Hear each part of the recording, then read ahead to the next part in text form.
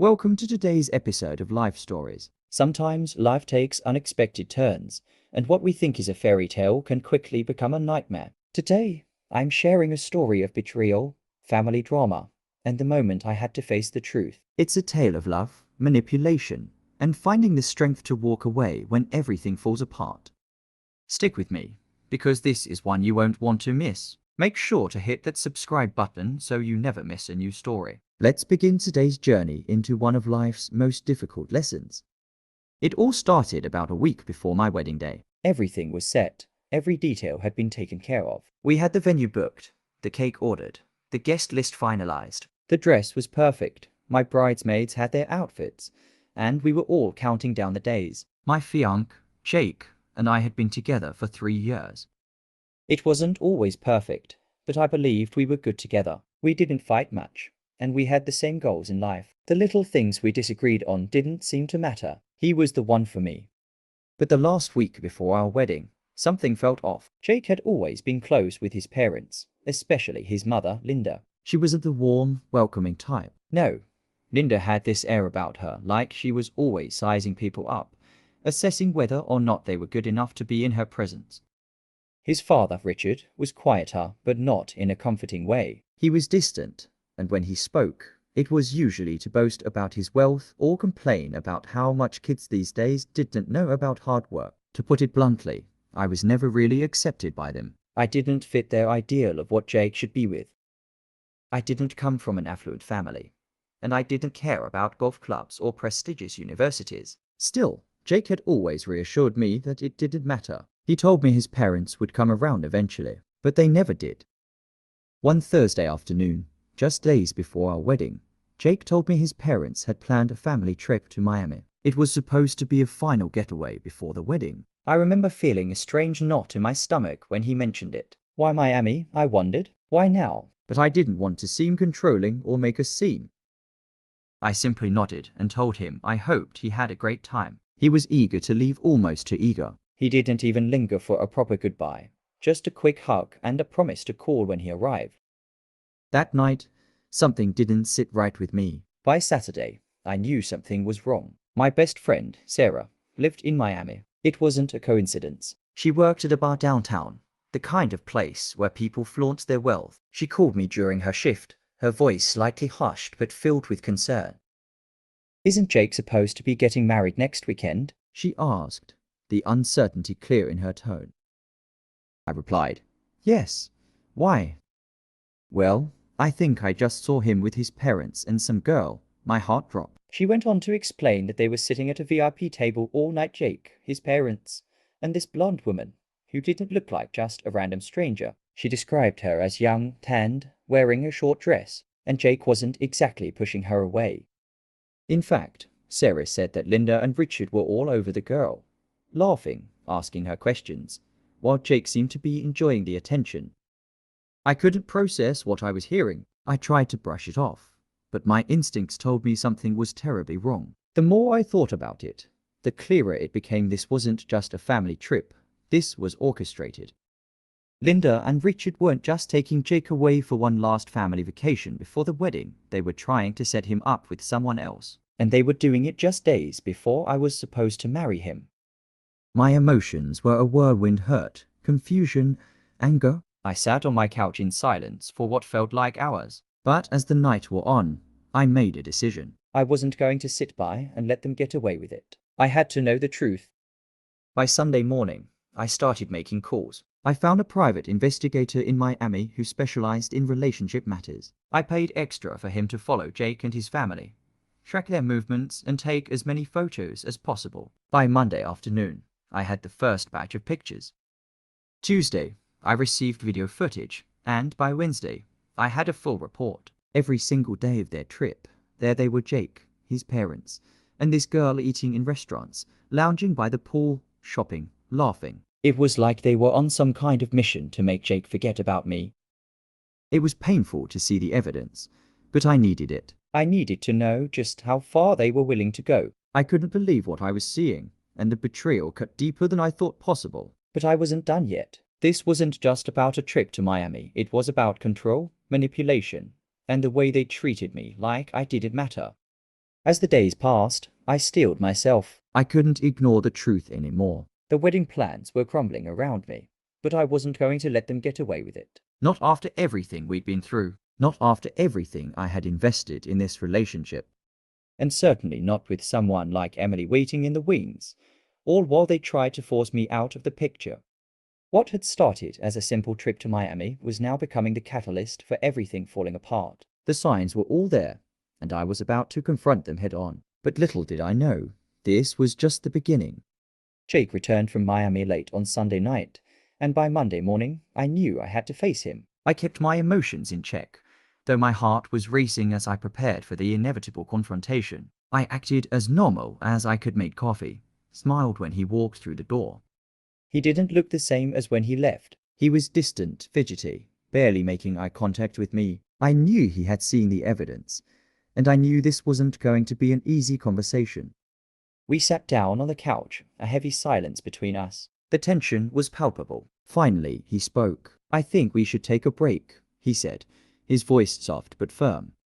A break? 6 days before our wedding. My heart sank. I didn't ask why. I didn't need to. I already knew. But I couldn't just let him walk away without facing what he had done. I had the truth, all laid out in front of me, photos, videos, a full report of every step he had taken with his parents and Emily.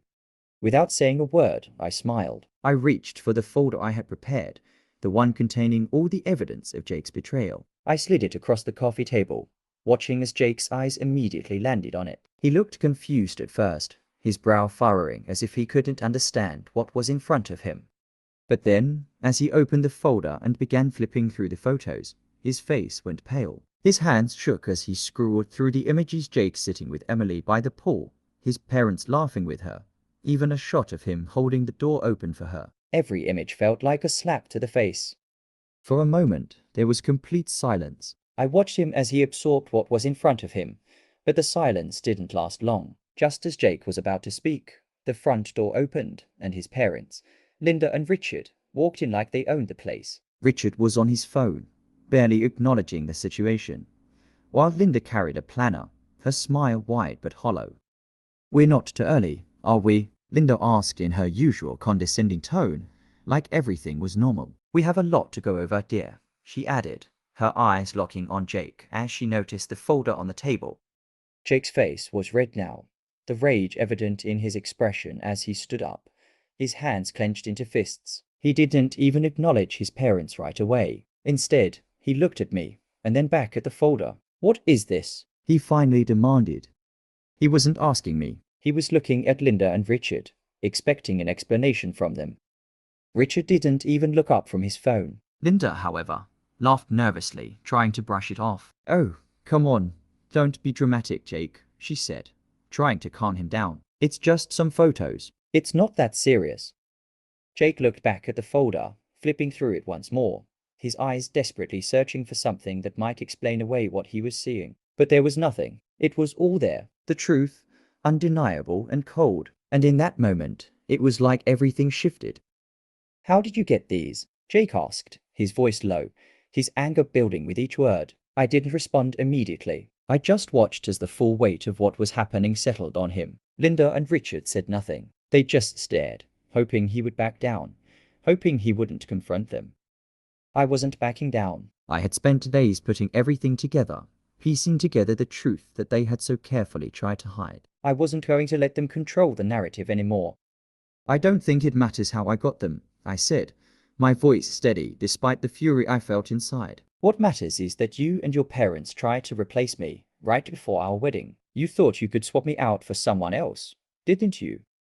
Jake's face was a mix of shock and anger, but more than that, there was guilt. His eyes flicked from the folder to his parents, looking for answers. But Linda and Richard remained silent, like they had nothing to say. "I'm done," I said, my voice steady, almost calm, despite the storm inside. "You and your parents can figure out what to do next. I'm done." The room fell into an uncomfortable silence, the weight of the truth settling heavily over us all. I stood up slowly, feeling like the ground was shifting beneath me. I had expected anger, but I didn't expect this cold, suffocating silence. It was over, and now there was no turning back. The air was thick with tension as I stood there, staring at Jake, his face flushed with confusion and anger, his parents awkwardly shifting in their seats. I could almost hear the collective sigh of relief coming from Linda and Richard. They thought they had it all figured out. They had orchestrated the entire thing, hoping to push me aside and replace me with someone they thought was a better fit for their son. But they hadn't anticipated me standing up for myself, armed with the truth.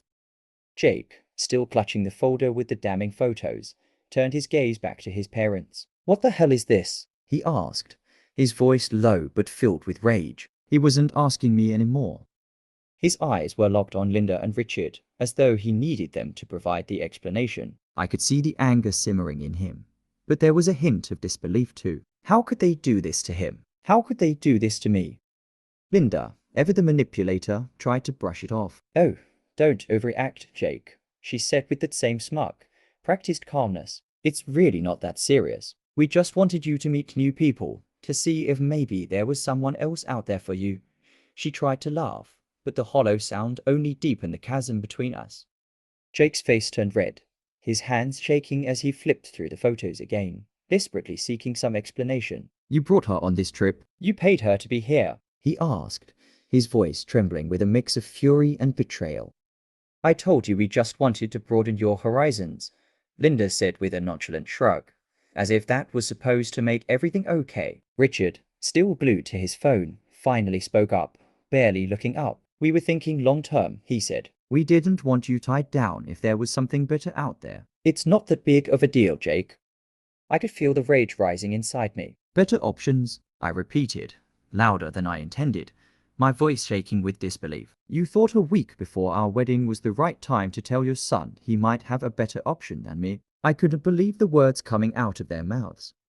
How could they be so cold, so indifferent? They had spent years trying to find ways to tear us apart, and now they were telling him to choose someone else. Jake didn't speak. He was still flipping through the photos, as if looking at them over and over would somehow change the reality that was unfolding before him. The silence in the room was suffocating. I could feel my pulse pounding in my ears, the anger I had been holding in for days now threatening to spill over.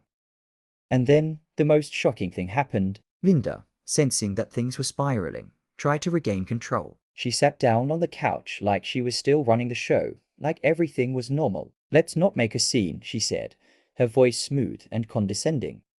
"These pictures don't mean anything. We just wanted you to meet someone new, Jake. It's really not a big deal." I couldn't hold it in any longer. "Not a big deal?" I scoffed. "A week before our wedding, you brought another woman into the picture to try to replace me, and you think it's not a big deal? You thought this was normal?" Jake's face turned a shade of red I hadn't seen before, a mixture of anger and humiliation. He looked at his parents, searching for some kind of justification, but none came. Linda and Richard remained silent, their faces a mask of guilt and defensiveness. And in that moment, I knew there was no coming back from this. I had to get out. This was not my fight anymore. I had done everything I could to stand up for myself. But now I realized I was dealing with more than just manipulative parents. I was dealing with a man who had let it all happen, who had chosen to remain passive in the face of betrayal. I wasn't just walking away from Linda and Richard, I was walking away from Jake. I took a deep breath and stood up. "I'm done," I said, my voice steady, my heart pounding. "You can all figure this out. I'm not going to be a part of this anymore." The words hung in the air like a weight, suffocating and final. I turned toward the door, my steps slow but determined. Behind me, the room was silent. Linda and Richard didn't even try to stop me. Jake, still holding the folder, looked lost, his eyes pleading for some kind of explanation that I no longer had the energy to give. I walked out of the house, my heart in my throat, but there was a strange sense of calm settling in. I wasn't just walking away from a wedding, I was walking away from a family who never truly accepted me, from a man who didn't have the courage to stand up for me, and from a future I had spent years imagining. It was over, and for the first time in a long time, I felt like I could breathe again. As I walked out of the house, the weight of everything that had just transpired hit me all at once. There was a bittersweet finality to it, a moment where I realized I had just let go of a dream I had built for years. My wedding, the man I thought I would spend my life with, the family I hoped to be a part of it, was all gone. But as I stepped into the cool evening air, I felt something else too: freedom. I hadn't expected to feel relieved, but I did. The truth had come to light, and the burden of pretending to be part of a family that didn't accept me had lifted. I knew now that my happiness couldn't depend on someone who wasn't willing to stand up for me. I didn't need their approval. I didn't need to fit into their perfect little world. I only needed to be true to myself. In the days that followed, I took time for myself. I leaned on my friends, those who had always supported me, and I spent my time rediscovering the woman I had been before all of this started. And when I realized the depth of the betrayal, the hurt didn't last as long as I expected. Instead, it became a lesson, one that taught me about my own worth, about self-respect, and about knowing when to walk away. Jake, Linda, and Richard faded from my life, their actions fading into the past. But I walked forward with my head held high, ready to create a future where I was no longer bound by the expectations of others. Thank you for listening to my story. If you want to hear more life stories like this, make sure to subscribe to my channel and stay tuned for new videos. Life is full of unexpected twists, and it's important to share these moments so others can learn, grow, and find strength in their own journeys.